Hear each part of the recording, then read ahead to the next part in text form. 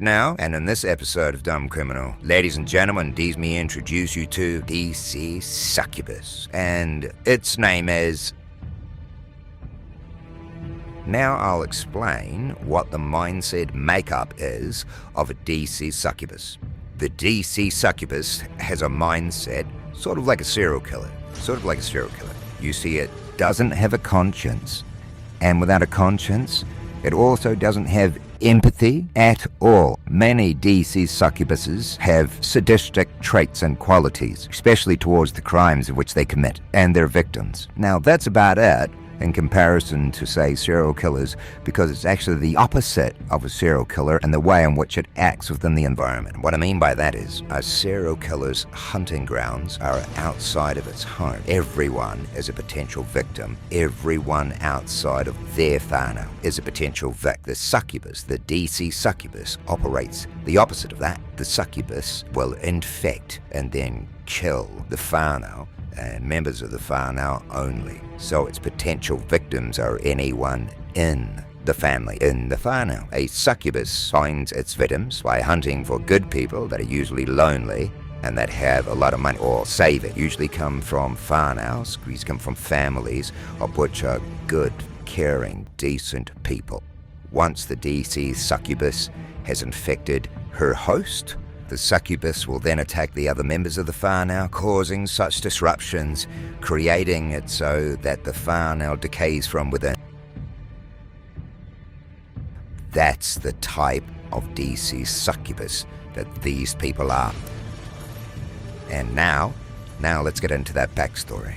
This DC succubus committed her crime in a place called Tabor City, and it's located in Carolina, and that's from the good old US of A. The host victim, the primary victim of who the succubus latched onto, was this guy. His name is Amos Hatfield. He come from a really, really nice family down there in South Carolina. Amos was the perfect victim for the succubus because married and his wife passed away, so he was by himself, he was lonely, he was old, he had money, and the best thing for the succubus is that he was alone, he was away from his family, which is what the succubus needs. So then it's able to mimic what it is that the lonely vic wants. And the more time the succubus has with their host victim, the more the host victim falls in love with them. And that is exactly what happened to our boy Amos. So roughly at the date of somewhere in 2010, she started doing her thing with Amos, tracking up with him and getting him to fall in love with her. And that is exactly what happened. And it wasn't until she was completely in with Amos that Amos then introduced her to the rest of his whānau at a gathering he had. Because remember, he is the patriarch of the family. Here in New Zealand, here in Aotearoa, I call that person the patriarch. I call him a kaumatua. That's what I call him in my country. And now you know what I mean if I say that word. Anyways, back to it. So our succubus shacked up with Amos, was introduced to a family, and that's where she caught up with this guy called Tommy Hatfield, son of Amos, one of those members of that good family, the Hatfields. Now, apparently, Tommy didn't like her right off the bat, and by looking at her, I'd probably be the same way, really. Anyways, back to the story, back to our DC succubus. So, from about 2010 through to 2011, our succubus drained our poor Amos dry of all his cash. He spent all of his money, all of his savings, all that kind of stuff to buy our succubus a brand new house and car and all the other stuff. Like, drained him. You see, Amos completely believed what the succubus was telling him, that they were going to be together forever and that she loved him like he loved her. That's the succubus way. And of course, that is all part of our DC's J for Genius plan. And in 2011, in her genius plan, she even got Amos to marry her. So now she's legal to take and keep pretty much everything, the house, the cars, the cash, everything. It's all part of that plan. And finally, what she's going to do is she's going to take out a massive life insurance on Amos. And somewhere an Irishman does a jig. And then, according to our succubus's J4, then she's going to have Amos, good old Amos, murdered. And she's going to get away with it. And not just it, but she's going to get away with everything else, the house, the cars, the jewelry, all that stuff. It's all part of her genius plan. So what does her genius plan say about killing Amos? Well, this is it. She's going to get two dudes to help her. She's going to offer them a whole bunch of cash. to come over to Amos's house one night on a certain night, and that night would be when Tommy was over visiting, because he hardly ever visited because, you know, she's a bitch. So our DC succubus was going to get these two guys to come over and shoot both Tommy and Amos. And then what she was going to do, she was going to go down to the police station afterwards and then sell it to the cops that this murder, this motive for this murder, was something to do with Tommy and something to do with these bad guys that were after Tommy. And that's how she was going to get away with it, because it sounds kind of reasonable. It is a plan that is too easy to fail. It is a J for genius plan.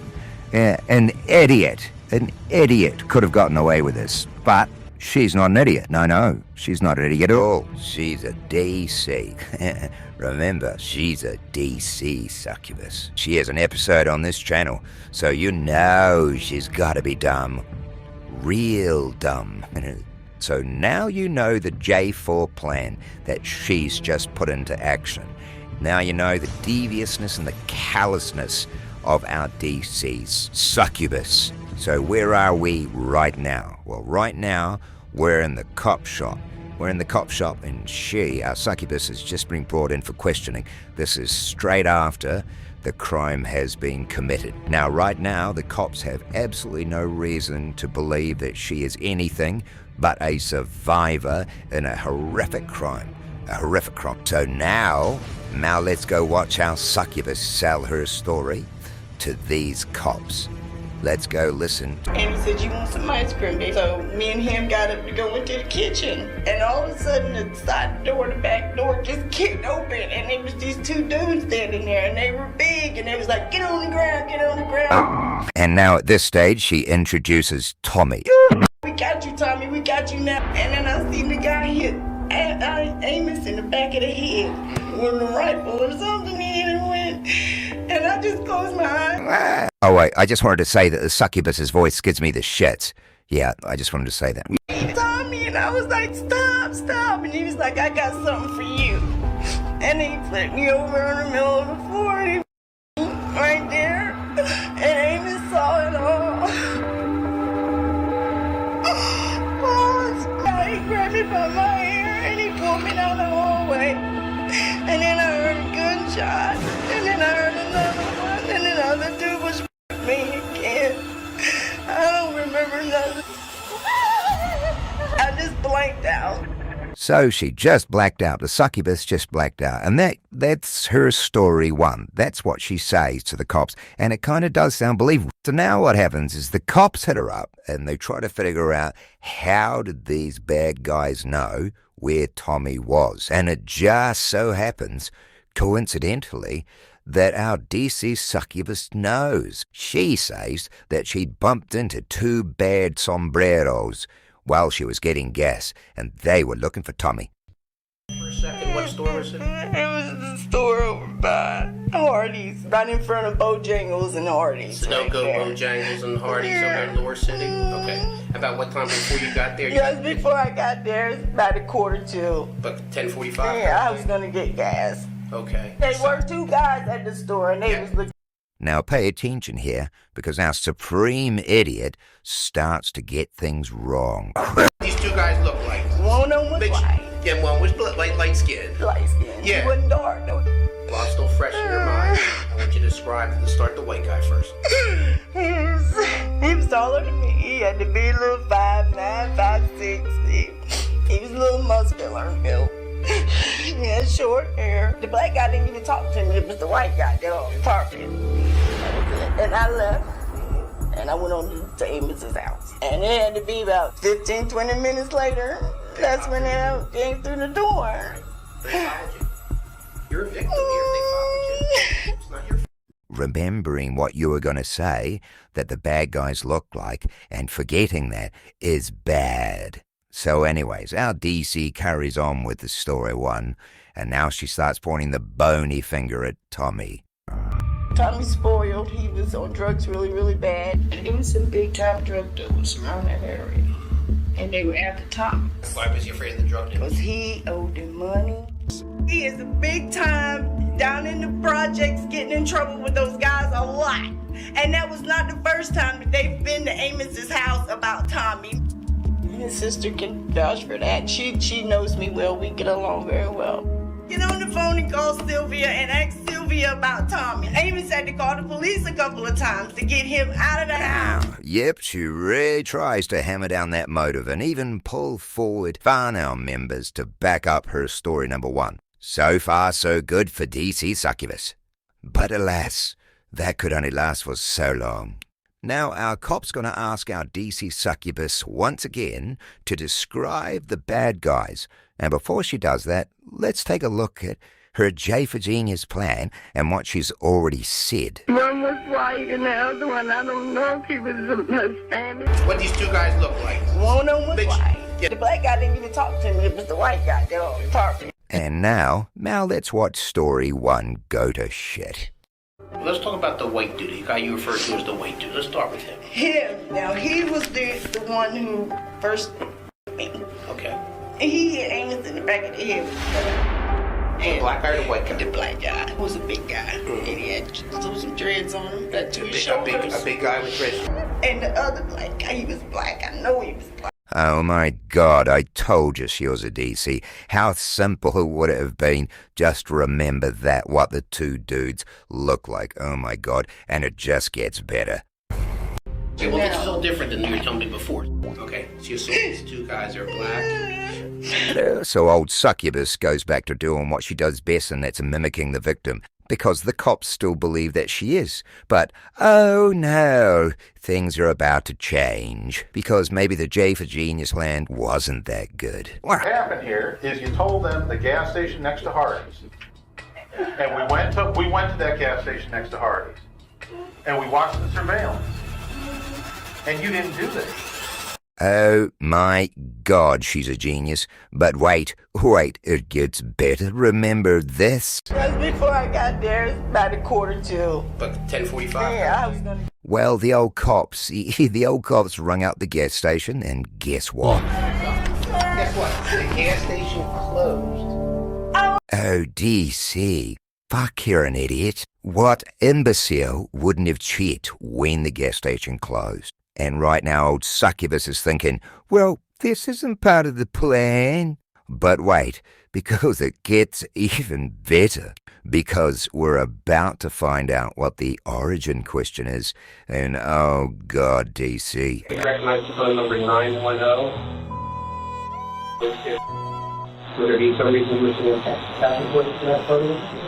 And now DC Subbies, And now- the origin question. Do you remember what those text messages said at 2:39 a.m.? When they got to the house and they first tried to come in, they texted you and said it's locked. There's no other reason for you to write. The back door is open, unless you open the door if you try to come in to somebody. I think it is quite amazing, almost unbelievable, how many DCs don't watch true crime. It's just unbelievable. What kind of a muppet is going to think, oh, nah, the cops aren't going to read my text? Nah, but never do that. She puts the J in genius. You fly from the beginning. Because I don't know spirit. The truth. I'm telling No, you you're the not. truth. No. Say I'm a good person. No, you're not. No. Yes, No, I you're am. not. No, you're not. You know what you are? You're a cold-blooded. You set up your buddy to get murdered. That's what you did. Yeah. Honestly, that's what it is. There's no way around it. So now they know that story one is a crock of shit. So our DC Succubus, what this genius does, is it now comes out with story number two. And in her story number two, in the Succubus' story number two, she actually fingers the other two Muppets that went along with Succubus on this J4 plan. The Succubus actually thinks that story number two's a goer, honestly, because now she blames it all on Amos. It's pure gold. Listen to this. This one was just scared of Tommy. So he asked me to set something up so that just to scare the people from buying drugs. But it got completely out of hand. That was not supposed to go down like that. But they took it to another level. He was just supposed to come in there and scare the out of Tommy and leave. That was it. That was it. I swear to God. Oh, it was such a big misunderstanding. That's all it was. God damn, Amos. Anyways, now Succubus throws the Muppets under the bus. I don't know him. I know James. I know James because he cut my grass. So now the cops go hunt down James and have a chat to James, and he names off another guy that was with him called Awesome, the third Muppet in these Muppeteers. So they grab the Muppet who cuts the grass and ask him for his story number one. And his story number one, well, it's not quite the same as Succubus's story number two. This is how it goes. So I was like, well, it all sounds good. What are you talking about? She was like, oh, well, I got these people that I need for somebody to hit. I said, what you mean, need for somebody to hit? She said, need somebody to take them out. So the idiot Nehemiah, what he does is he goes, look, don't believe me, man? Go check out the other guy that was there with me, this guy called Odin. So the cops go, cool, and they track down Odin, old Muppet number 3, and they hit him about his story number 1. And his story number 1 explains that there was no mistake. There was absolutely no mistake in what happened in the house that night, because listen to what this Muppet says. So, went to the back door, turned the back door knob, Davis went in, I went in. The older dude was right in the kitchen with her. I guess that was her husband. Tommy was scared to death already, so it's nothing else to do. We did what you asked us to do, you feel me? Okay, boom, so I'm searching the house to see if anybody else in there. At the time, I heard that first gunshot, it said, pow! That had to be the son, because before I could make it around that corner to the kitchen, like, that's where the second gunshot came from. I ain't pulling no more trigger. That's straight up. I ain't killing them. But did Sandy do it? She killed both of them people. Cold blood. Took trigger man Sandy up with no remorse. So. Did you see Sandy with the gun in her hand? That's right. I can actually say I know Nehemiah James ain't killed nobody. And I can actually say I know for a fact Cindy Locklear was the trigger man. Boom! So now our succubus is done, and the 5-0 now know that in their little interrogation room they have a DC succubus. And I must say that in all of true crime, and there's obviously a lot of it, there are very few times that are so satisfying as when you see a succubus finally realize that they have no more power, that they are done. This next bit is just blessed. Goodbye. Please listen to me. Wait a minute. Good pick. Put your hand behind your back. Wait a minute, sir. Behind your back. Good pick of a team. No, I'm Good listening. luck. No, sir. No. Oh my God, this is not happening. So, how did it all end up for our DC succubus and her two friendly Muppets? Well, it went a little something like you'd probably expect it to with a DC. Yeah, she defended it, of course, because, you know, it wasn't her. Anyway, she was found guilty of murder twice and given 2 life sentences. Muppet number 1, he was a little bit older than the other Muppet, so he got 2 life sentences as well, where the younger Muppet, he got 30 years. And none of that was apparently part of her J4 fucking plan. But we are definitely glad of happy endings to such really bad times.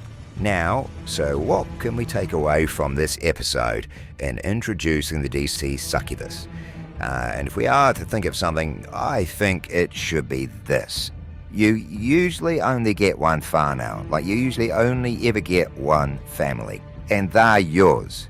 Love them or hate them, they are your whānau. And we are exceedingly lucky as human beings that most people are really quite fond of theirs, and as such, you should have the ultimate respect for your family. You should have the ultimate respect for your whānau, and you should always make sure that you never take any chances on them. And I mean any chances, that if you're going to ever introduce anyone to your family, if you're going to introduce anyone to your whānau, no matter who they are to you, that you have to make sure that they are worthy of that introduction, and just never falter that line ever. And you should be sweet.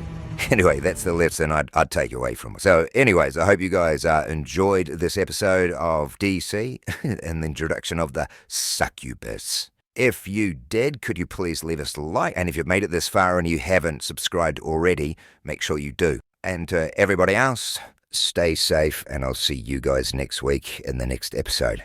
Stay safe.